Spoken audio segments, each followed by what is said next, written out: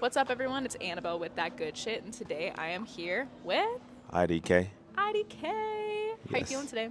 I'm good. I'm good. Everything's good. In New York City, it's been a little while since I've been here, so I Yeah. always love being out here. When's the last time you were here? Probably like November or something like that for a show. Um, but I don't think I got to spend a little as much time as I have this time. So Yeah, that's special. When you touch down in New York, like, where's the first place that you want to go? there's this like Colombian spot that I love to eat at in Queens. Hmm. I don't even know the name of it. I just know the address. You just show up and you know Yeah, where it is. yeah, yeah, yeah, Okay, what are you yeah, ordering yeah, at that yeah, spot? yeah. I don't know the name of it, but it has like steak and eggs and like rice and beans and all that stuff in it. So, Super. Yeah, New yeah, York is definitely for the foodies. I feel like when I ask people that question, they're always like, "This food spot is the first place I yeah, want to go." yeah, Yeah, we love New York for that. And you have a show tonight at yeah, Elsewhere. yeah. How are you feeling about it? I feel good, man. It's been a while since I've done like intimate shows where I could really like connect like with my fans. But I just had this new concept, this imaginary band concept that I've been doing. That's been pretty fun, Hmm. and we wanted to make all those shows as intimate as possible. So I'm just happy that we got to do that. Yeah. Yeah, that's special. What does it mean for you to have like an intimate show with your fans and to like share that experience with them? It just feels like I'm in a room full of family, you know? It's Yeah. like I can actually see every single person, which I think is really cool. And like, I think that especially when I'm uh, being more vulnerable in certain songs, it's just fire for me to be able to like express that, up close and personal. So. Yeah. Do you have any memories of going to shows for other artists when you were younger that also had that like intimate, vulnerable feel? Fun fact, I don't like going to shows. I don't go to Oh. anybody's shows. There's only one band that I really, really love that I would be like, I'll pay money to go to their show. Maybe there's other people I can't think of right now, but definitely like Hiatus Kaiyote. Yeah, yeah, yeah. Okay, let's talk about Hiatus Kaiyote then. Yeah, yeah, yeah. They're Um, amazing. I was in Boston when I first heard the new album, the Love Heart Cheat Code album, Okay. and it like totally was. It was like one of the most monumental first listens I've ever had of an album. Yeah, yeah, I was definitely off a little bit of shrooms, and I yeah. like listened to that album, and it was just like the craziest shit I've ever heard. Where were you when you heard that album for the first I time? didn't hear. That's not what I heard first. I heard Choose Your Weapon Choose your first. weapon first. A friend of mine. Actually, it was a time when a bunch of A&Rs were trying to sign me, and there was this A&R that was like, "Yo, I know exactly something that you would, a group that you would like. Have you heard of Hiatus Coyote?" I was like, "No," and they sent me Choose Your Weapon, and I listened to it, and it was just automatically like just my shit, you know. Yeah, So yeah, shout out to them. They just followed me the other day. that's crazy. Shout out Hiatus Coyote, Yeah. our Australian faves. What's your favorite song on Choose Your Weapon? I actually like no joke. I think I like every song on there. Um,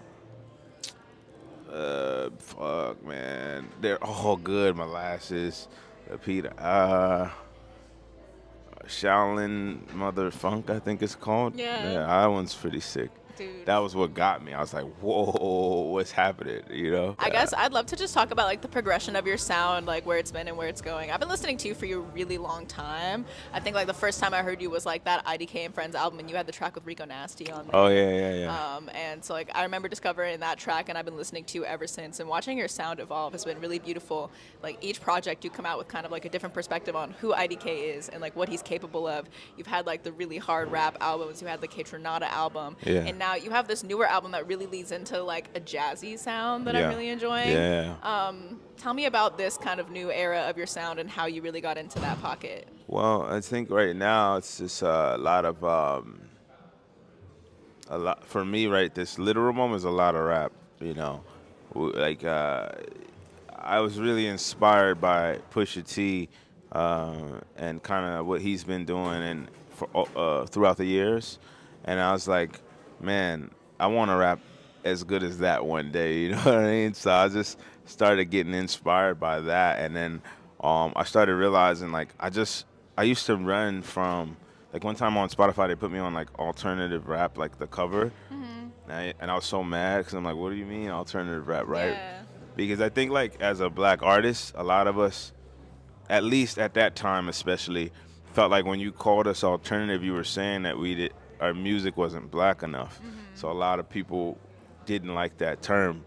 But as I've grown, I learned to embrace it and actually love it because I think it just means that you make a little bit more interesting left-leaning rap. So, songs like Clover that just came out with Joey Valence and Brae, that was like, we just made it.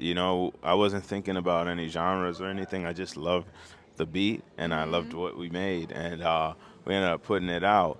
And that, for me, is like a direction and a sound that I kind of really like. Yeah. And just making rap more fun, because I think I'm known for being very serious, but also that's like only one aspect of who I am. So, Very much. fusing jazz and all these things are just like sprinkles of what the overall vision is. And the overall vision is just putting everything collectively together. Yeah, absolutely. I'd love to talk a little bit more about Clover. I love that song. Like, it's Yeah. so energizing. It's so fun. Yeah, This time of thank year you. when it starts to get warm, I bike a lot, and it's like at the top of my biking playlist. Yeah, I really enjoy yeah, biking I to love it. Okay. Tell me about the process of putting Clover together. Like, where did the idea start, and how did it all come together? I think it started with I got invited to the Balenciaga show in the one they did in L.A. And they sent me this really cool invite. It was like a metal energy bar. That was the invite. And I was like, this is really cool. I'm gonna put it on my TikTok. I was like, I don't use it enough anyway.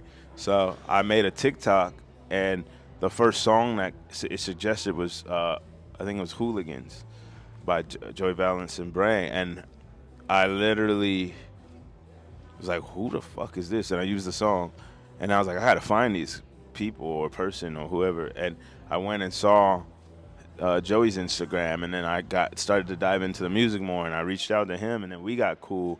And before we ever did any music, honestly, we were just talking shit, making jokes back and forth on Instagram. And then he sent me a beat for his project, which was the Clover beat.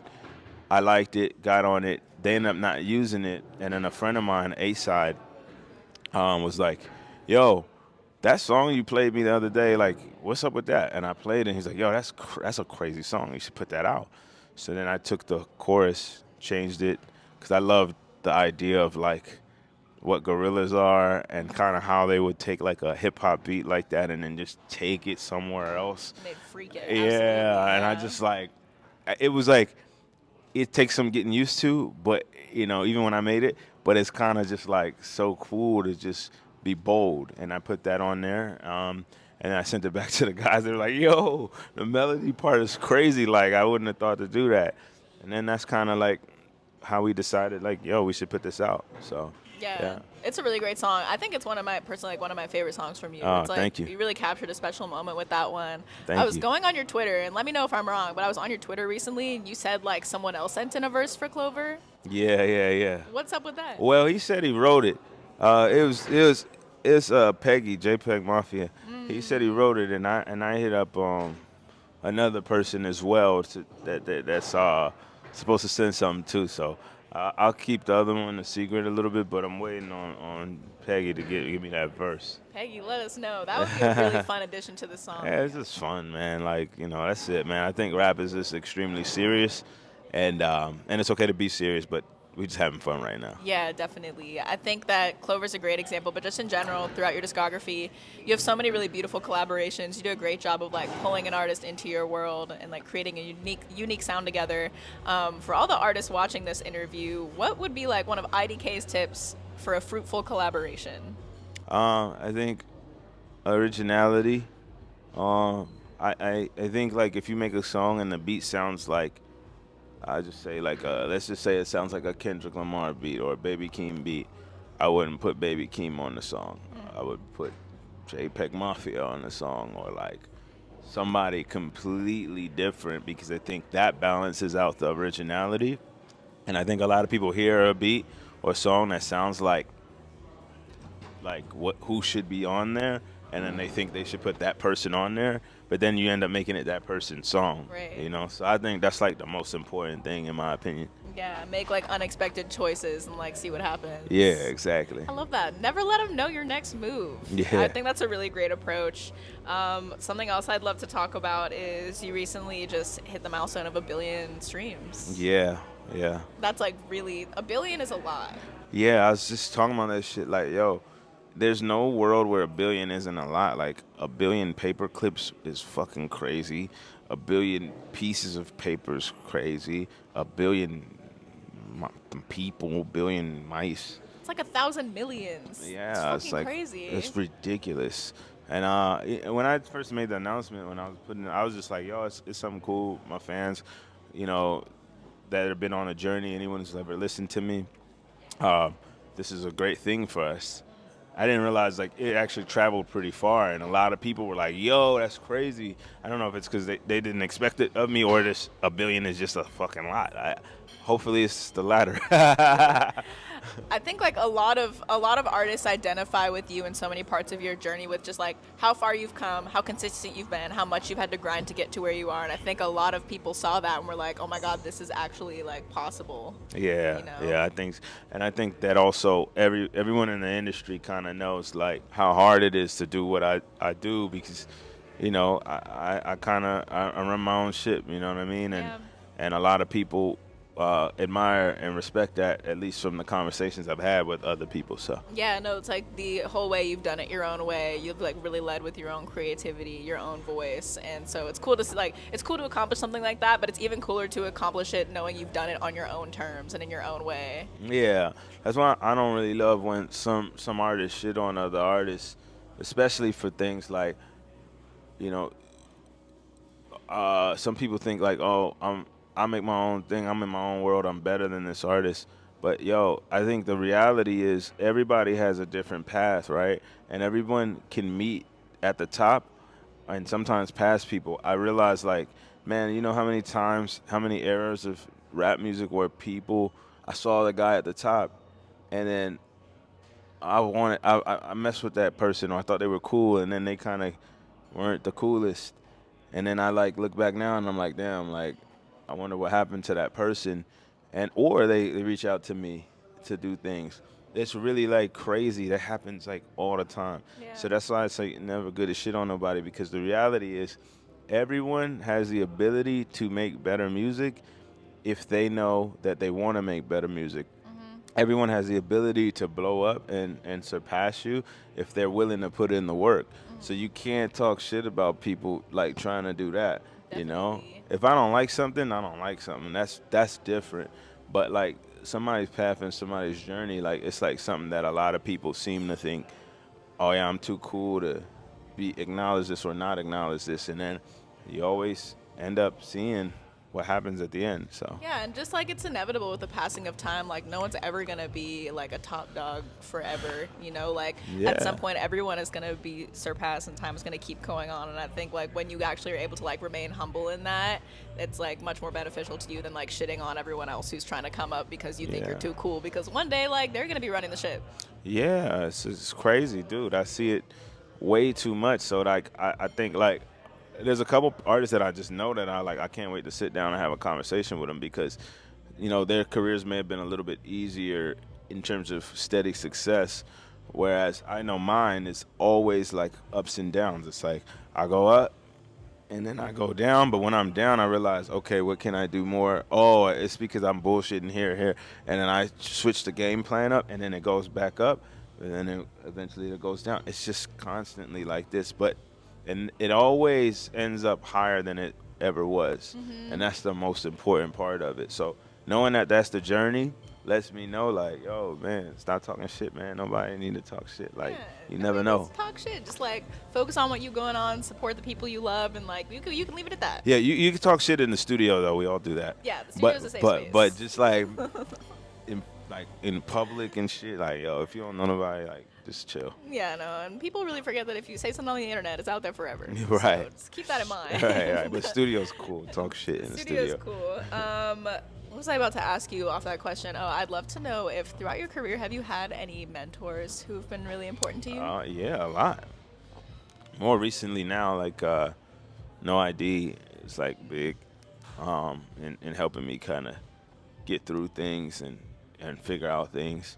But I've had a shitload of mentors. Even if I just met you for one day, even if I've had one conversation with you, or 10 conversations, or 100 conversations, if I learned something from you that I could take for the rest of my life, I consider you a mentor. So everybody from No ID to Tyler to Pharrell to even Ye. Like all kinds of different people have said things to me that have stuck forever. So I'd consider everybody a mentor. What would be one piece of advice given to you by a mentor that you still think about like every day? Um, it's got to be. I mean, one would definitely be Pharrell. He made me look at music differently because he made me think about like me saying and doing certain things and how that affects the person on the other end listening when they've had a rough day and they just want to get let loose and just kind of think about life differently than what their challenges actually are. He allowed me to realize that I have that power. All of us as musicians, especially when we have an audience and especially when our audience is fairly large. So, that's really cool. And this is kind of slightly separate, but it reminded me of this. I realized, like, back to that billion stream thing, if I have a billion streams, that means that at least, I'll say, being modest, 1% of those streams are a unique group of people, which would mean that there's 10 million people that know who I am. It's probably more like 20%, right? But I'm Yeah. just saying, like, to know that that's the case, that puts me in a different mindset. That means I've impacted to some degree at least 10 million people. If it's 20%, then we're talking about like 200 million people. Yeah.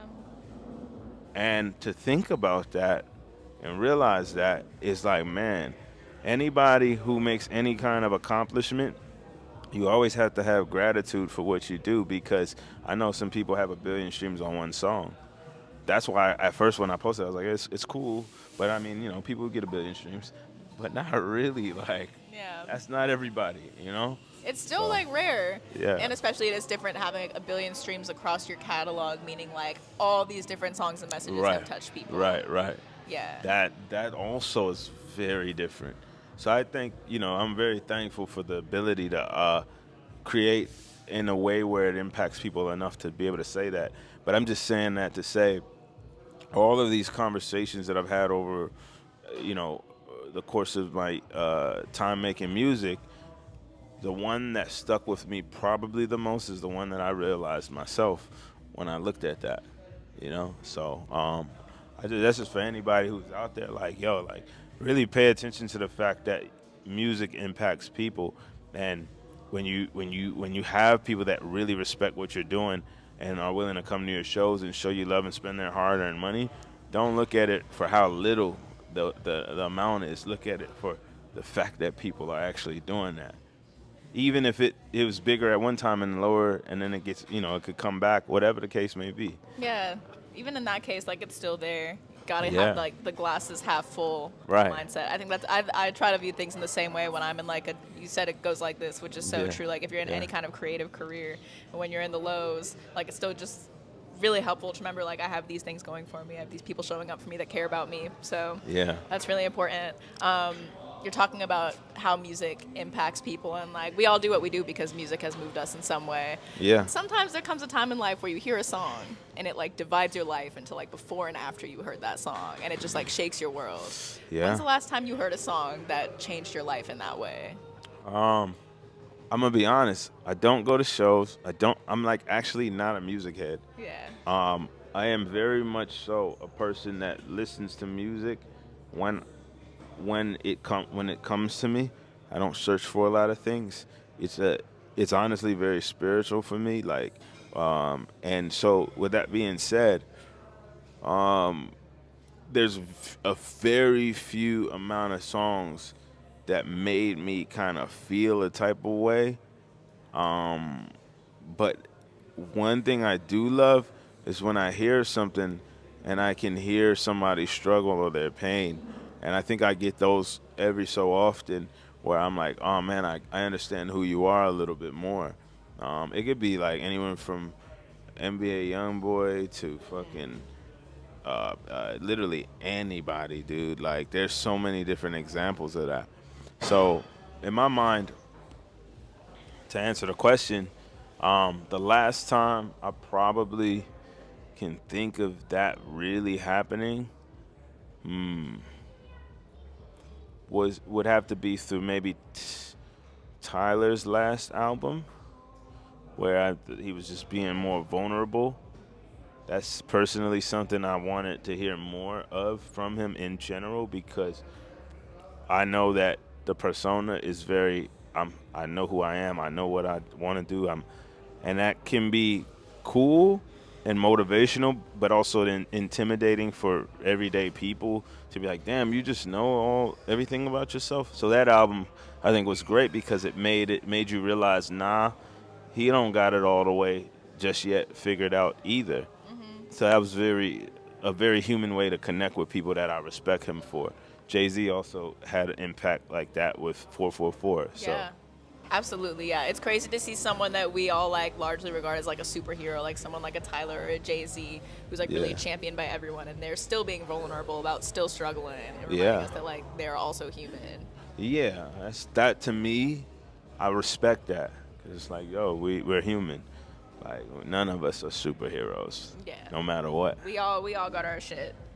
Ooh, I'd love to talk a little bit about CELiNE and the Trap. Yeah, Love the song. yeah. Thank you. Love the music video. Thank you. Tell me about that song coming together. What's the story? I freestyle everything. Period. It's the reason why my output is the way that it is. I've dropped an album every single year of my career, and basically, or project, whatever you want to call it. But basically, that was just the beat came on, and I literally just started saying shit. And whenever I rap, I channel something that some people don't. Most people aren't able to channel because I'm in the studio with people. They take fairly long to write. It's like 10 minutes for a verse for me, or 15 minutes. Duckworth sent me a song the other day. I swear to God, I got to show you this shit. Yes. He was like, look, I'm finishing my album, and I got a record I hear you demolishing. Can I send it your way? And I was like, send it over. I'm in front of the mic right now. He said, let's go. Yeah. So this is like, when he sends it, it's 12:22 a.m. And I just say on it, he sent it. So that's when he sent the file, 12:23. Right. And then I sent him the verse at 12:42. Mind you, I got on a call in between that shit. So I got on a call in between. So it was like a 10-minute call. So it really took 10 minutes to send him that insane. verse. Wow. And that's something that I do a lot. So CELiNE and the Trap was like me kind of just rapping. And I think it's interesting because I really fuck with the verse on there. I do this thing where I rap with like 3-4 entendres and storytell at the same time, and you may not catch all 4 of those things. You may just hear the story, you may hear a couple entendres, but that's something I pride myself in, and I want people to like listen a little bit more into, because it's really like a skill set that I realize is cool, but it goes over people's head. What's Yeah. a moment on CELiNE and the Trap you think people need to pay more attention to? Well, I mean, they said, what did they say? Live from the underground, I got many sounds. Many Pacquiao with the Glock and the switch. Keep on talking in circles, I give them plenty rounds.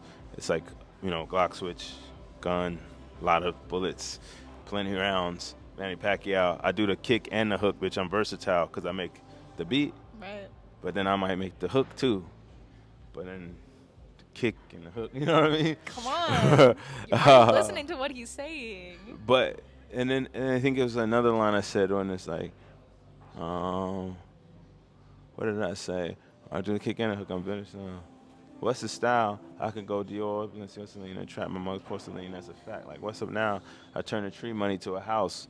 So, for those who know, like, how I started making music, it wasn't easy to come up with the money for music. So, we found a way to come up with the money, and that became how I got the house that I live in today. And it was just kind of me floating through this story of what it's like to be in my eyes, but then trying to be sharp with the entendres at the same time. And I love when people are able to do that. I think it's like a somewhat of a lost art, because there's many ways to rap, and the very basic way and the way that people at the end of the day they just fuck with is just to make it rhyme. Yeah. But the people who can do the other layers and make it rhyme, I think are the ones that I see as the best. Absolutely. Who are some of your personal favorite rappers right now? To me, the best rapper alive is Andre 3000. Come on. That just that's really it. I mean, like that's not the only one. I'm just saying that's him. He's him. I also think Pusha T is very up there. Goat. His descriptive, poetic rap style is extremely, extremely tough to do, and he's like one of my favorites as well. When you talk about like you do all of this, all your writing, freestyling, and you're like letting it flow, and there's something really special. Like all creatives have been in that space where you tap into a flow state and you just like lose yourself. What does it feel like for you when you get into your state of flowing, freestyling, and you're in that like perfect creative mode? What does that feel like for you? What it feels like for me is, I'm being honest, I don't know. Yeah. I just can't tell you. Like, I'm just not a person at that moment. I'm not, my conscience is not there. I do this a lot, even when I freestyle on like radio shows, stuff like that. It's like my mind just goes into a place, and I'm just I'm continuously pulling from my subconscious, and then I listen back, and I'm like, damn, I didn't know I was that smart. Like, what the fuck, that and that and that, and I said that, and I didn't know my mind can do that. You know, Yeah. that happens a lot. Yeah, that's cool. You kind of like black out a little bit, and you wake up Yeah. and you're like, "Whoa, like, who is Yeah. that?" Yeah. That's really special. Yeah. That's really special. And I just, I don't even know. I'm such a fan of what you do, and so it's even crazier to know that I didn't really know that like so much of what you make just comes from like freestyling Yeah. in that way. I don't write shit, like maybe 10%. Yeah. Every now and then I'll change a line maybe, or like something, I don't know. Isn't it crazy when you like find that you're like undeniably like born to do something? Yeah, for And sure. you like yeah. find that, and then you become like really good at it, Yeah. and you like get the recognition for it. Like Yeah, it's a yeah. really special thing to like have. Yo, always remember though, no matter how much recognition you get as an artist, you never get enough recognition. There's That's never why I just shut the fuck up about it. I let people talk about it, but I don't. You know what I mean? No, Yeah. even if you're at the fucking top, you're like, I don't get enough recognition. Yeah, you're like they really don't get it. They don't understand. Yeah. You are someone who your fans as far as I know, your fans really admire you for not just like the music you make, but also for like how you create in terms of like your consistency. Like you go very hard, you're very vocal about how you've worked consistently, very long, very hard. Right now, in your current routine of maintaining consistency and still cranking out more music, I'd love to know what like a typical day in the life might look like right now, especially like maybe like a morning routine. Yeah, I mean, I wake up, I go on my phone, I check my messages. It depends on what I got going on. If I'm like in a place where I'm really busy during the day, like conference calls, all that type of shit, then I record at night. But if it's like holidays and everyone's winding down, I like record during the day when my phone's not going off all day. Yeah. Because certain information can trigger your or hinder your creativity. So I try to not look at my phone if I can, or create when I don't have to look at my phone. Also sometimes I get some news and I just rap about it. Yeah. You know what I mean? So it's like, yeah, that's cool too. But my typical day in the life, I'll be honest with you, I don't have a personal life. Rarely. I live, eat, and breathe this shit. Like, this is what I do, and I have fun. I don't really like do the typical, like, I talk to my family every now and then, but I'm not super like in all of that. I don't have a lot of, I have friends, but they basically never see me, which I kind of want to do better with, but they basically don't see me unless we work together. My whole thing is like, I want to retire when I'm 40, so I have a good amount of time before that happens, before I turn 40. But I think if I'm here right now and I just go hard until then, hopefully I can not retire from making music necessarily, but retire from constantly trying to be the better version of myself. Yeah. Like fighting Retire from the that grind a fight little on. bit. Yeah. Yeah. So, and then I'll spend a lot more time with family and doing personal things. And I think a lot I think a lot of people could benefit from looking at life that way. But, not everybody's okay with the idea that, tomorrow isn't promised. Right. I am, you know? Yeah, and like you would, I feel like they're. What am I trying to say right now? I feel like this is the time in life to do that. Yeah, of course. This is the time in life to like just like go after that thing and be fucking crazy about it. Yeah, you got to. I don't know anyone extremely successful that hasn't been that way. Yeah. That's just not the case. Yeah. Yeah. Gotta lock in. Yeah, for sure. As they say. I guess like the last really thing I would love to talk with you about is I really admire what you did with No Label Academy. Yeah. I thought that was really unique. Yeah, Never thank really you. seen anything like it before. Thank you. Do you plan on doing anything like that again in the future? Yeah, I'm gonna continue doing things like that. It's a little hard to balance what that is with my career, just because it takes a lot of work and people don't realize like I'm involved not just in the teaching but like producing it, making sure everyone is from a holistic point of view good, making sure we have the right speakers, the curriculum. I mean, like I really do it. Like it's not like, oh yeah, it's some PR shit, Yeah. So for me to really do it, I have to focus. Usually I go to Boston and I'm at Harvard for like a month planning just for 10 days, but I'm planning 6-7 months ahead to get it done. So that being said, and then usually after I go right on tour and I got a bunch of other stuff. So it takes a toll, but it's so fulfilling for me. Yeah, I feel like that's got to be so worth it. I had a couple friends who got to participate Oh, in nice. No Label Academy, and just from what I heard, like they got so much out of it. So it's really special to be able to like give that one-on-one like music education from your perspective, and do it in a place like Harvard where you like really it makes it feel like that extra layer of like special. Yeah, the Harvard layer is just to put the idea that all things are possible in your mind. It starts that process because most people don't think they'll ever go to Harvard for anything.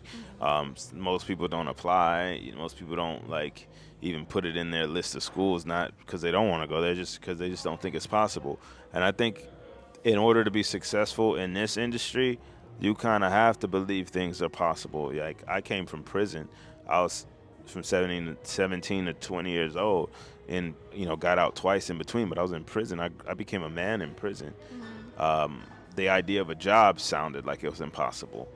And then instead of not only did I surpass that, because I used to work at Best Buy, and I was also a barber, but not only did I figure that out, I got actually hired for one of the hardest jobs to get hired for, and I've been doing it for a good amount of time. Yeah.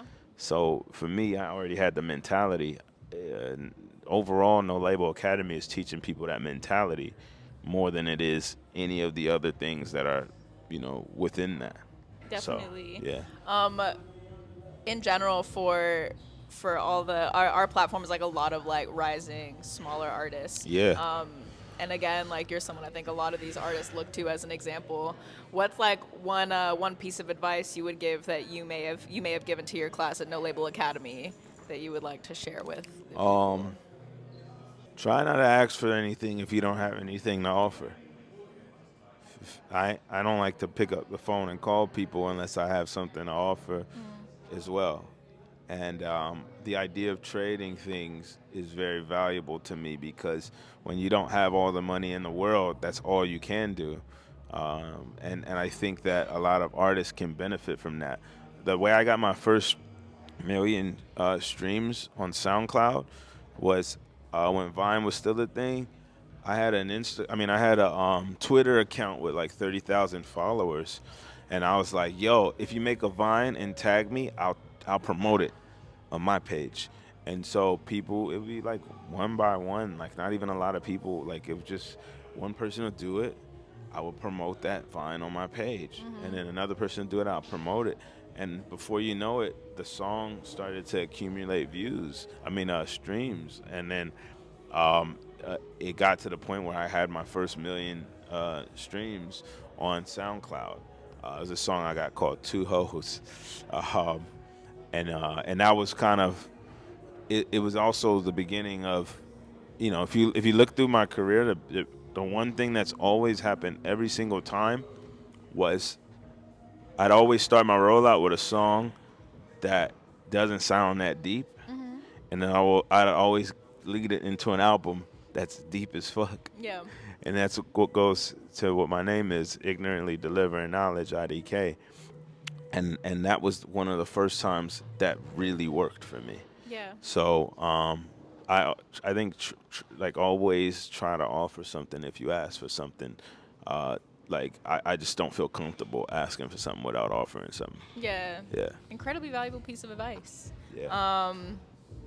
Last thing I'll ask you before we get out of here Yeah. is what? Well, I guess I was gonna ask you what you've been listening to lately, but you said you kind of are more of like you listen to music when it comes to you. Kind Yeah, but let me see. I go to my phone right now because I've been finding little shit.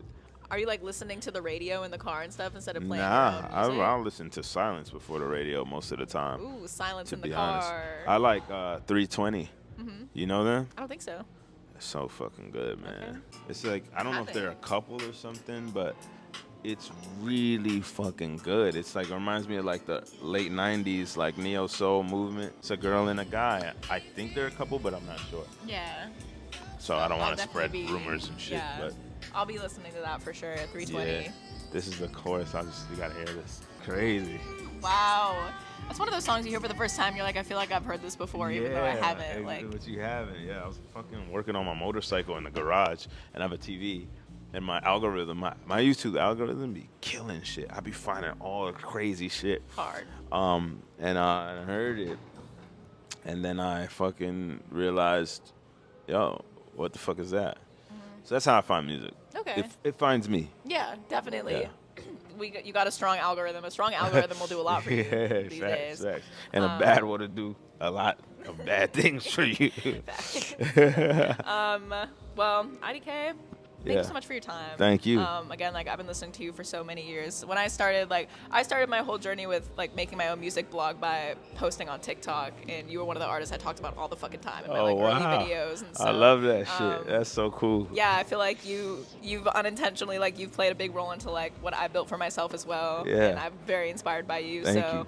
thank you for everything you do. Thank you. Yeah, thank you for this interview. Is there anything else you would like the people to know about IDK? If you show me love and you're part of that billion streams, I love you. Thank you so much for that.